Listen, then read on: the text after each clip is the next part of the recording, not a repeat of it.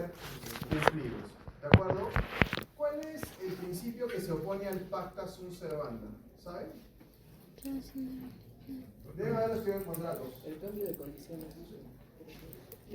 Sí, o sea, si hay un cambio de condiciones, evidentemente el contrato no puede ser cumplido, pero ¿qué cláusula es la que respalda, digamos, la excepción al cumplimiento de los contratos?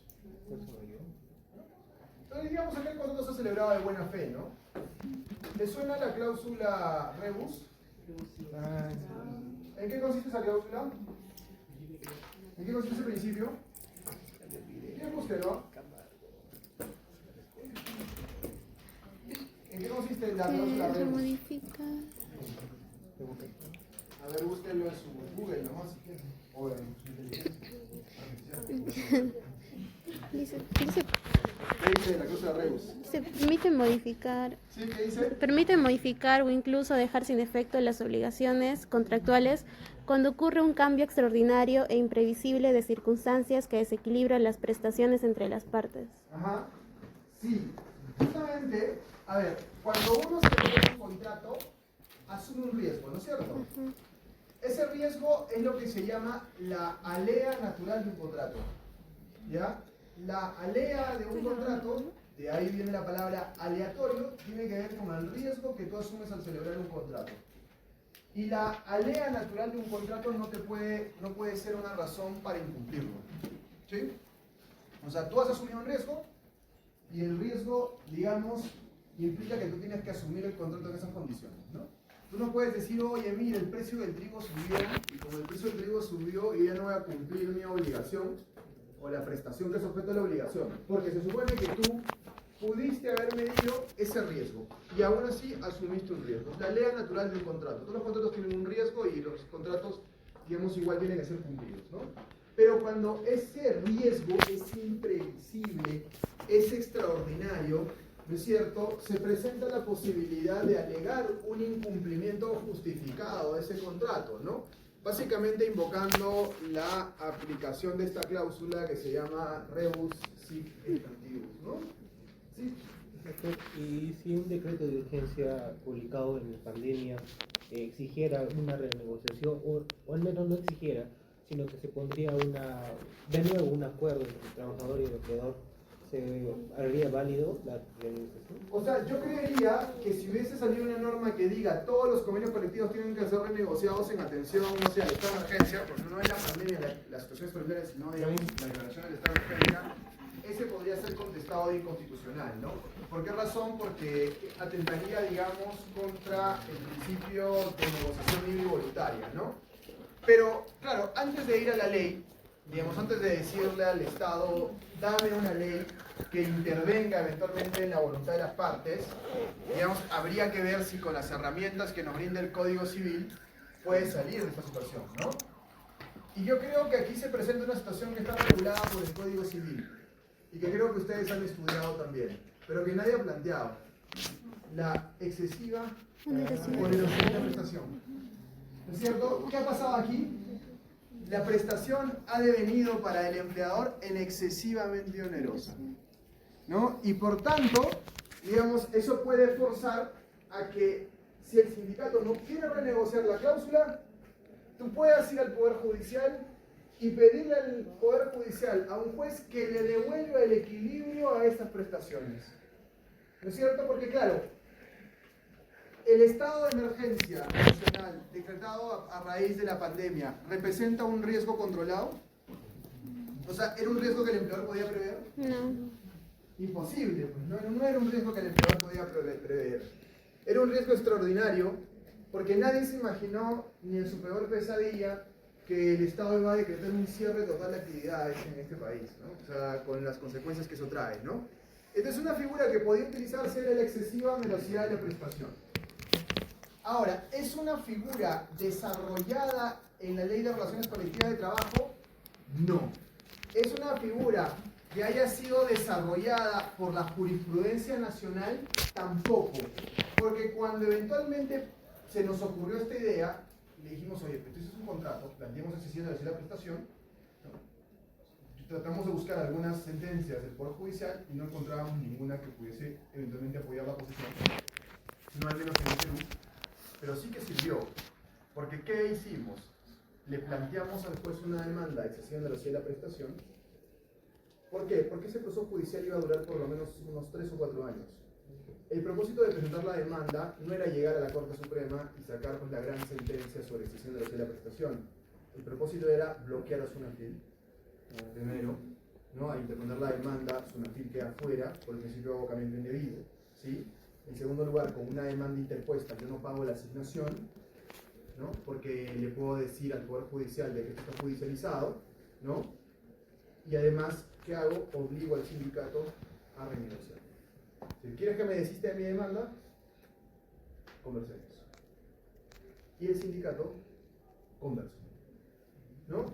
Pero para esto sí había pronunciamientos interesantes que me llevaron a analizar el tema con un poco más de detalle. De hecho, es un tema que yo le sugeriría, es un tema bien interesante, luego lo he estado revisando varias veces, he encontrado varios papers sobre este tema, donde, por ejemplo, sí he visto en España aplicación de la cláusula Reus para renegociar convenios colectivos. Sí he visto esto. Por ejemplo, hay una sentencia del Tribunal Superior de Justicia de Madrid. El Tribunal Superior de Justicia es el tribunal de suplicación, o sea, el segunda instancia. Ya lo que valdría a nosotros una sala laboral. Y lo que ellos decían es, la invocada cláusula Reus, según se viene aplicando en el ámbito civil, procede cuando circunstancias sobrevenidas hacen extraordinariamente oneroso para una de las partes el cumplimiento de lo acordado. Lo que suele ocurrir cuando desde que se concertó la obligación contractual hasta que se exige su cumplimiento ha transcurrido un largo espacio de tiempo. La sentencia de instancia, de primera instancia, destaca que la situación económica en la empresa fue positiva en el 2007, para pasar a negativa con pérdidas entre el 2008 al 2016, ¿no? Entonces, aquí básicamente lo que ampara, digamos, el Tribunal Superior de Justicia de Madrid es la posibilidad de renegociar porque en el tiempo la situación económica de la empresa cambia y se deteriora progresivamente. Eso no es COVID, digamos, ¿no? Pero sí, digamos, se deteriora. Pero, por ejemplo, hay una sentencia del Tribunal Supremo de España, digamos, aquí básicamente el Tribunal Supremo, Corte Suprema, y el Tribunal Supremo lo que dice es, oye, un convenio colectivo no debería estar sujeto a la cláusula Reus, dice, porque los convenios colectivos tienen la vocación de ser renegociados cada cierto tiempo, ¿no? Tienen una vocación temporal, ¿no? Se negocian cada 1 año, cada 2 años.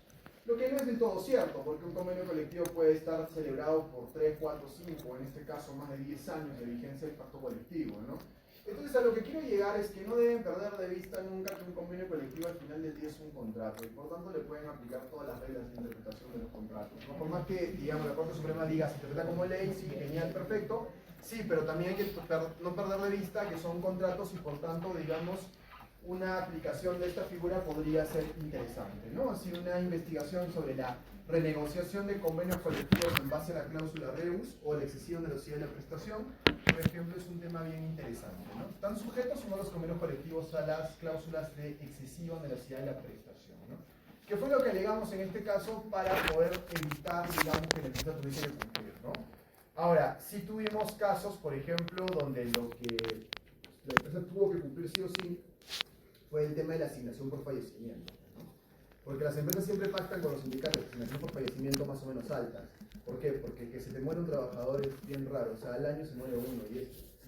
Pero en la pandemia se morían 30, 35, 40, entonces claro, allá el monto era alto, ¿no? Y las empresas cumplieron, ¿no? Cumplieron con, o sea, asumieron eso como parte de la alea natural de su contrato, o sea, pero claro, o sea, siempre cuando pactamos la asignación por fallecimiento decíamos, pero súbele a eso, o sea, si el sindicato te está pidiendo 9, dale 15, ¿no? Porque finalmente, naturalmente, ¿cuánta gente se muere, cuántos trabajadores se te mueren en un año, ¿no?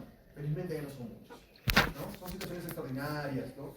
Pero pasó lo impensable, ¿no? Capaz que empezaron a morir, pero, digamos, en montones también, ¿no? Entonces, fíjense que al final, digamos, se puede también apelar a esa figura, ¿no? Más o menos se acercaron en algunos casos con la invocación del artículo 1440 por fuerza mayor o caso fortuito. En este caso más sería fuerza mayor porque la decisión viene por una decisión gubernamental. O sea, lo que te produce la excesión de velocidad de la prestación no es el COVID, lo que produce es la decisión gubernamental que se hace. Porque con COVID o sin COVID tú puedes seguir operando, digamos, eso eso está descartado, pero digamos es las respuestas que podrían ser más aproximadas a lo que podríamos estar esperando, ¿no? Entonces, fíjense, este son el tipo de consultas que te puede hacer un cliente, digamos, en el día a día, ¿no? Y son consultas que todavía, por ejemplo, la inteligencia artificial no responde bien. No es tan así. Por la inteligencia artificial, digamos, sale información de aquí a allá, pero al mismo tiempo, digamos, no te da soluciones, ¿no? Que puedan ser las mejores, ¿no? Y claro, ¿cuál es el riesgo de utilizar siempre inteligencia artificial? Que para cualquier cosa quieres consultarla, ¿no es cierto? Y ya tú no piensas, ¿no?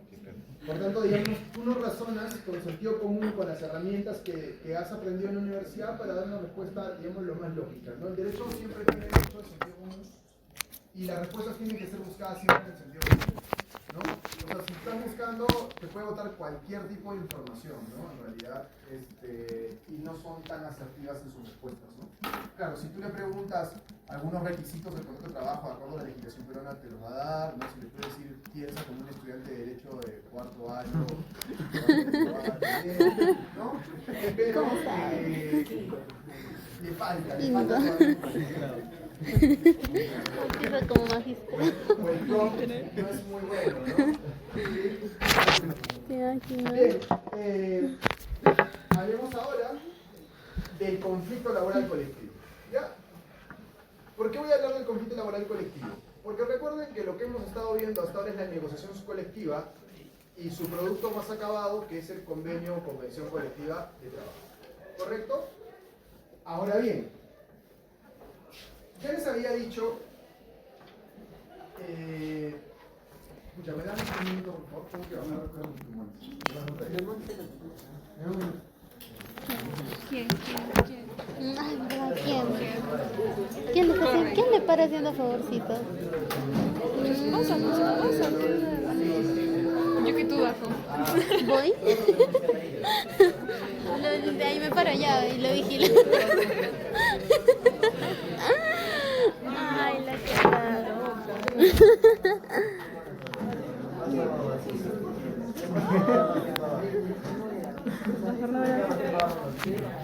No tiene fondo de pantalla, ¿sí? Se sabe. A ver. Dime un Fandor. Te imagino.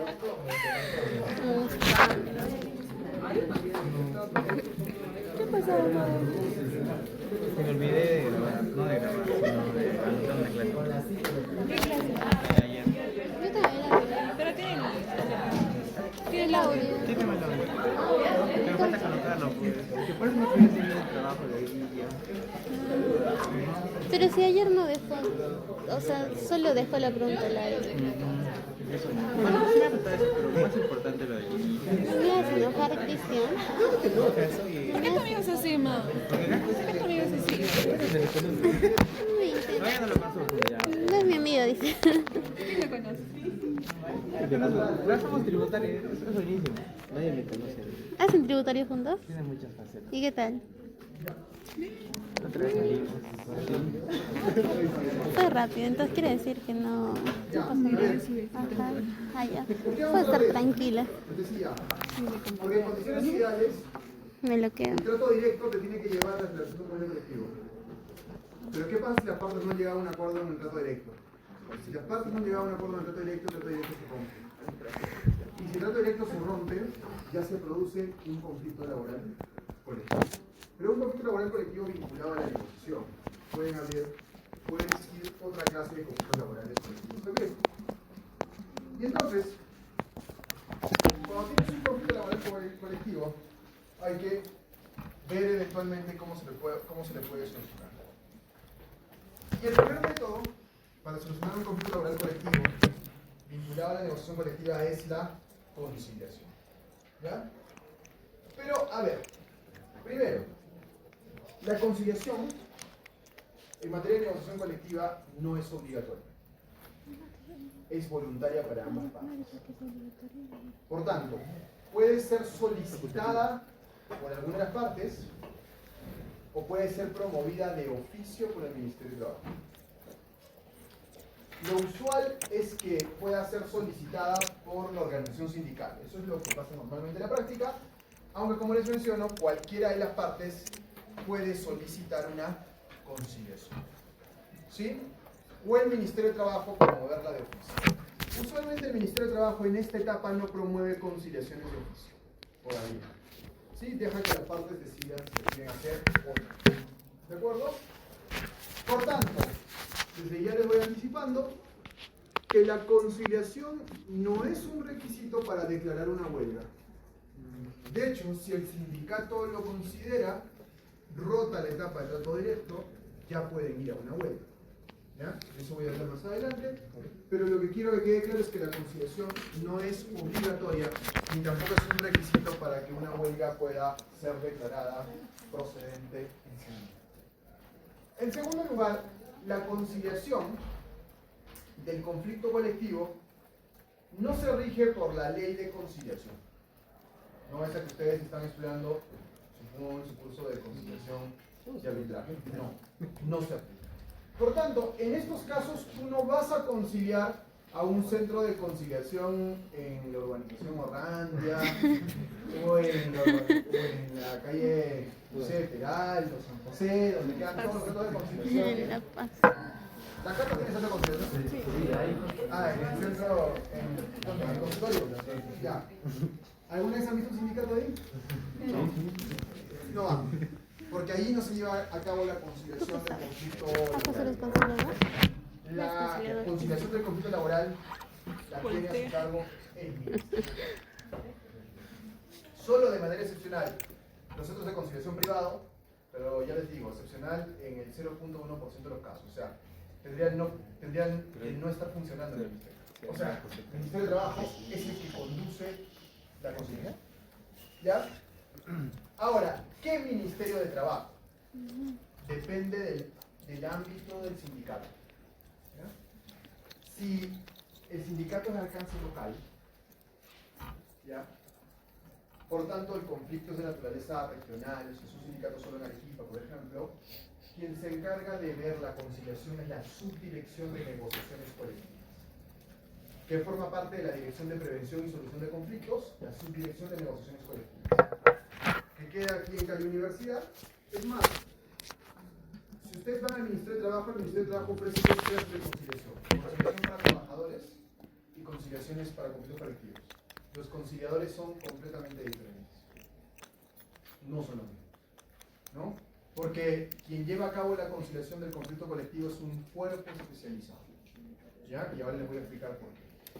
Y si el conflicto es de alcance nacional, o sea, suprarregional, se excede la región, dos o más regiones, o es de alcance nacional, quien se encarga de la conciliación es una oficina del Ministerio de Trabajo en Lima que se llama DGT o Dirección General de Trabajo.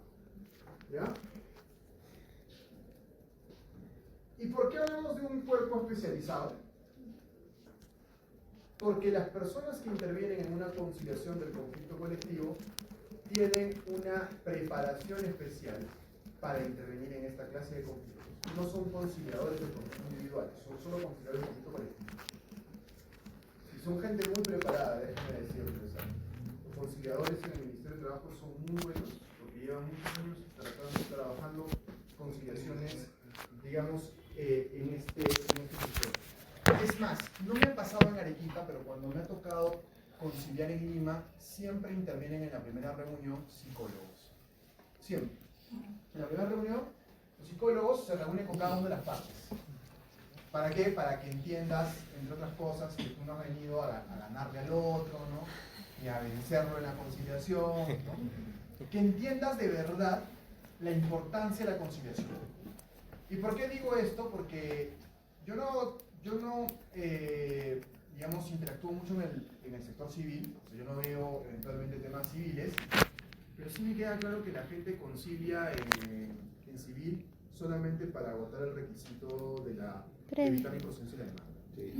O sea, van, te invitan a conciliar, primera invitación, ¿no?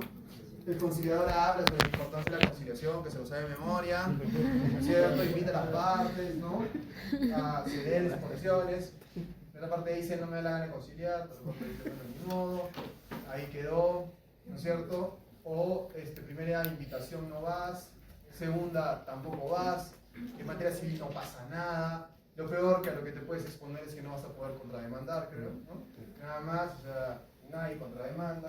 Entonces, en realidad la conciliación en civil es un fracaso total para mí, porque en realidad solamente sirve para agotar un requisito previo para demandar. O sea, la gente no termina de entender la importancia de la conciliación. O sea, simplemente dice, oye, ¿qué tengo que hacer para demandar? ¿No? Para demandar tienes que conciliar, ya. ¿Tienes algún centro de conciliación? Sí. Presenta tu solicitud acá, ya. ¿Cuánto cuesta?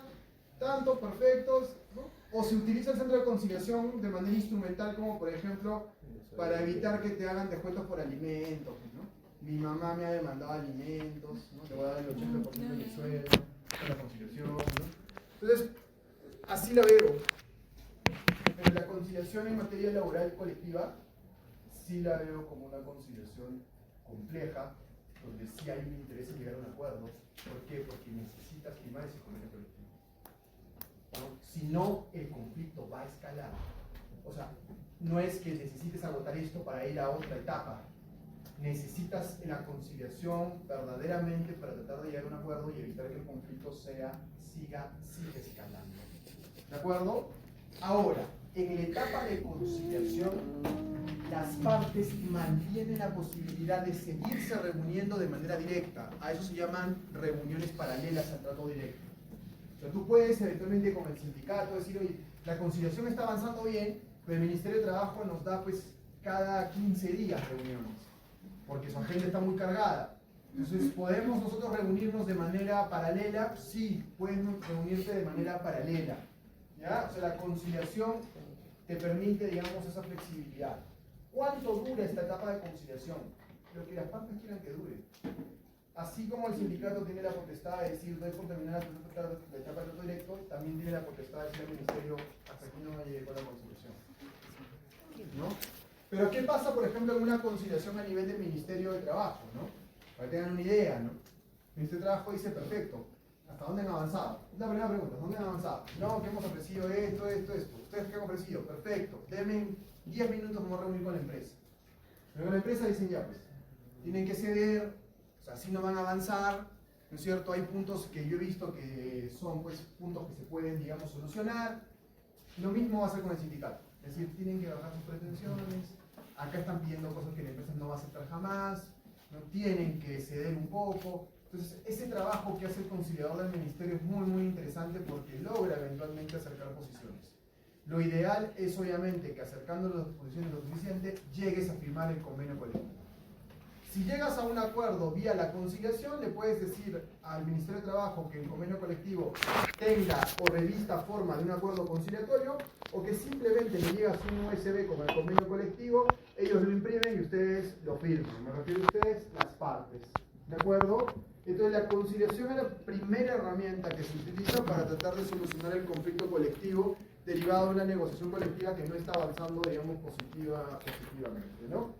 Ahora, a nivel del ministerio, depende del ministerio si suspende o no la reunión, ¿no? O sea, es decir, tú puedes decir al ministerio, oye, mira, necesito tiempo para pensarme la propuesta, dame una nueva fecha, y el ministerio te podría decir, no, vamos a seguir conversando, ¿no es cierto? Entonces, tienes una participación mucho más activa, digamos, de este tercero, que no toma decisiones por las partes, porque ya saben que la conciliación es simplemente un método autocompositivo de solución del conflicto. ¿De acuerdo? Y además, al Ministerio de Trabajo se le puede pedir también una mediación. ¿Qué es una mediación?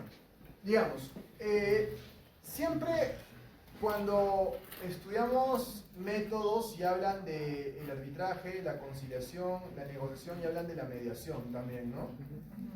¿Y cuál es la diferencia entre mediación y conciliación? Que el tercero no propone y la mediación propone. ¿Eso? Al revés. Que la conciliación propone y en la mediación no propone. Solo ayuda al diálogo. O sea, en la mediación dicen. Facilitador. Ya, perfecto. No sé. No quiero poner en tela de juicio lo que han aprendido, ¿no? En todo caso, diré lo siguiente. La mediación en la negociación colectiva funciona de la siguiente manera.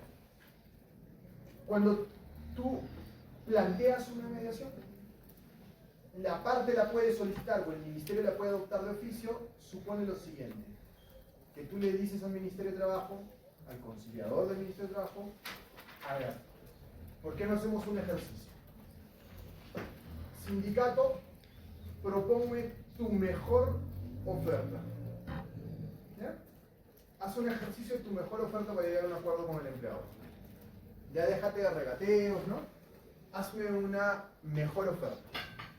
De tus 5 o 7 puntos importantes, dime. Empleador, haz lo mismo. ¿Sí? ¿Y qué hace el Ministerio de Trabajo? El Ministerio de Trabajo dice, he escuchado a ambas partes y yo les propongo una solución, digamos, intermedia. Es decir, el Ministerio lo que puede hacer es decir, ok, ya escuché a ambas partes, mira, el sindicato está pidiendo 4, el empleador está ofreciendo 8, yo les propongo una media de 5, ¿no es cierto? Si la asignación familiar, el sindicato está pidiendo 10, el empleador ofrece 12, propongo una media o al revés, mejor dicho, el sindicato pide 11, el empleador propone 10, yo propongo una media de 10-20, ¿sí? El Ministerio de Trabajo, si las partes se lo piden, puede efectuar lo que, al menos en negociación colectiva, nosotros llamamos mediación, que es proponer, digamos, una solución intermedia para las partes. Por eso le llamamos mediación. O sea, le pedimos que él ingrese a escuchar a ambas partes y que nos proponga una solución. Eso también es muy común. Pero, como sigue siendo un método autocompositivo de solución de conflictos, si las partes quieren aceptan, si no, no se dijo nada. O sea, tú haces una mejor oferta, la otra parte hace una mejor oferta, el ministerio trata de hacer una propuesta, si a las partes les gusta, la toman, y eso se convierte en un convenio colectivo. Si las partes simplemente no les gusta, no se dijo nada y esto continúa. ¿De acuerdo? A eso nosotros le llamamos en negociaciones colectivas mediación. La intervención del ministerio proponiendo una solución intermedia entre las partes que puedes tomar o desechar dependiendo de si te interesa o no lo que el ministerio ha planteado, ¿no? Distinta a la conciliación, en la conciliación básicamente tienes simplemente un facilitador proponiendo ideas, ¿no? Tratando de que las partes cedan, tratando de que acerquen posiciones y que lleven finalmente a firmar un convenio colectivo. Ojo, cuando se firma un convenio colectivo con conciliación en el ministerio hay hasta fotos, ¿ah? Al ministerio le interesa muchísimo que el conflicto colectivo se solucione. Créanme, apenas firma, baja el gerente regional o la gerente regional, una foto con el sindicato, con la comisión de empleador, ¿no? Hemos solucionado un conflicto, hemos llegado, digamos, a un buen puerto. Eso es muy común, ¿eh? En Lima pasa también todo el tiempo en la DGT. Baja la directora general o director general de trabajo, ¿no? Fotos por aquí y por allá, porque has logrado solucionar un conflicto. Porque los conflictos sindicales son conflictos sociales. Entonces estamos hablando de algo que puede ir creciendo, digamos, en conflictividad y por tanto tiene que ser solucionado. Como les repito, no es como la conciliación civil, que esto sea un requisito para nada. Esto no es un requisito para nada. Si el sindicato quiere, para decirlo coloquialmente, patear el tablero, se da una huelga de frente sin pasar por la conciliación. No tiene que pasar por la conciliación. La conciliación y la mediación son básicamente soluciones que las partes quieren, digamos, tener a mano para realmente llegar a firmar, digamos, un convenio colectivo y solucionar, digamos, el problema. ¿De acuerdo? ¿Hasta ahí? ¿Alguna nueva pregunta? Ya. Vamos a tomar una pequeña pausa para hablar de otros mecanismos autocompositivos que el Ministerio de Trabajo también ha venido implementando en los últimos años. ¿Ya? Tomamos unos minutos.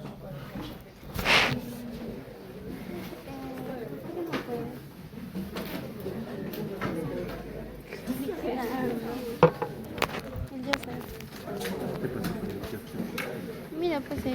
Ah, no lo pasó. Ah, no, sí. Va a bailar.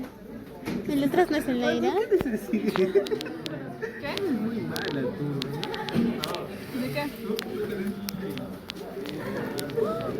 Ah, pero es como el dupe de Maybelline. Es el du, pues. ¿De Haruso?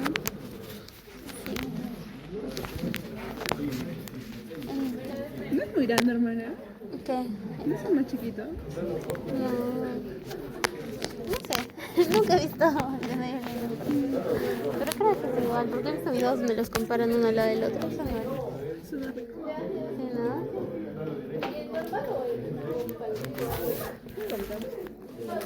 Un cono. ¿Vamos? Un conazo. Entre tres. Tres, tres, tres. ¿La haces? Pero vas tú. Y te yapeamos.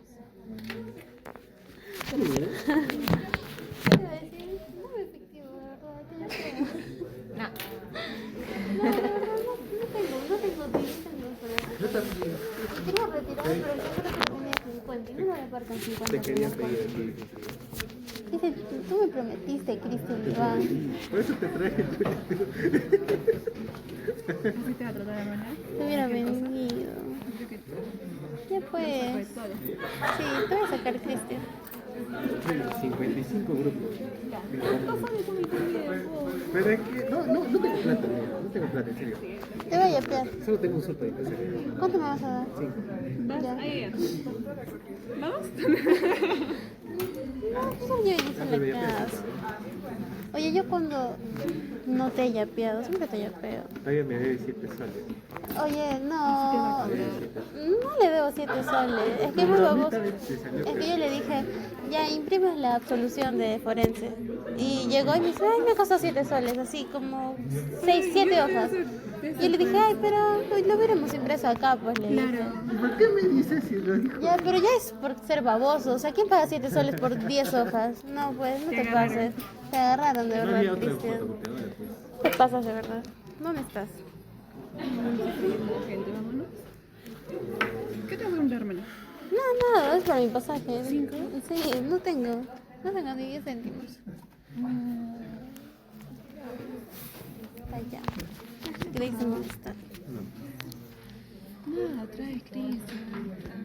Estoy borracho, loco, coge.